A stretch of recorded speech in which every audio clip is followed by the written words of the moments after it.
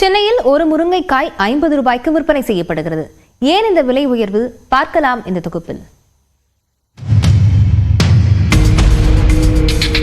தமிழ்நாட்டில் முருங்கைக்காய் இல்லாத சைவ உணவு என்பது நினைத்து பார்க்க முடியாதது. சாம்பார், அவியல், பொரியல் என அனைத்து வகை உணவு வகைகளிலும் நீக்கமற ஆக்கிரமித்திருப்பது முருங்கை.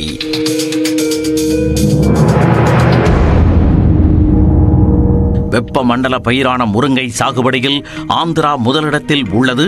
கர்நாடகாவுக்கு அடுத்தபடியாக தமிழ்நாடு 3ஆம் இடம் வகிக்கிறது. மரம் முருங்கை, செடி முருங்கை என இரு வகைகளில் முருங்கை சாகுபடி நடைபெறுகிறது. இதில் மர முருங்கை பெரும்பாலும் வீடுகளிலேயே இருக்கும். செடி வகை முருங்கை தான் வியாபார நோக்கோடு விவசாயிகளால் பயிரிடப்படுகிறது.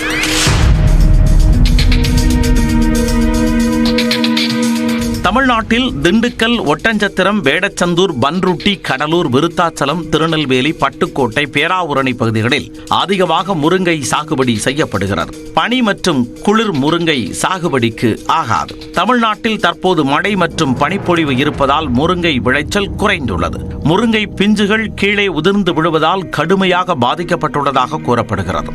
வெளி மாநிலங்களில் இருந்து முருங்கைக்காய் வரவழைக்கப்படுவதால் தமிழ்நாட்டில் அதன் விலை உச்சம் தொட்டுள்ளது. சென்னை கோயம்பேட்டில் முருங்கைக்காய் 1 கிலோ 400 ரூபாய்க்கும் ஒரு முருங்கைக்காய் 50 ரூபாய்க்கும் விற்கப்படுகிறது. மும்பையில் இருந்து விமானம் மூலம் வரும் முருங்கைக்காய் கிலோ 500 ரூபாய்க்கு மேல் விற்கப்படுவதாக கோயம்பேடு சிறு மொத்த வியாபாரிகள் நலச்சங்க தலைவர் கூறினார். சென்னைக்கு பொறுத்த வரைக்கும் பார்த்தீங்கன்னா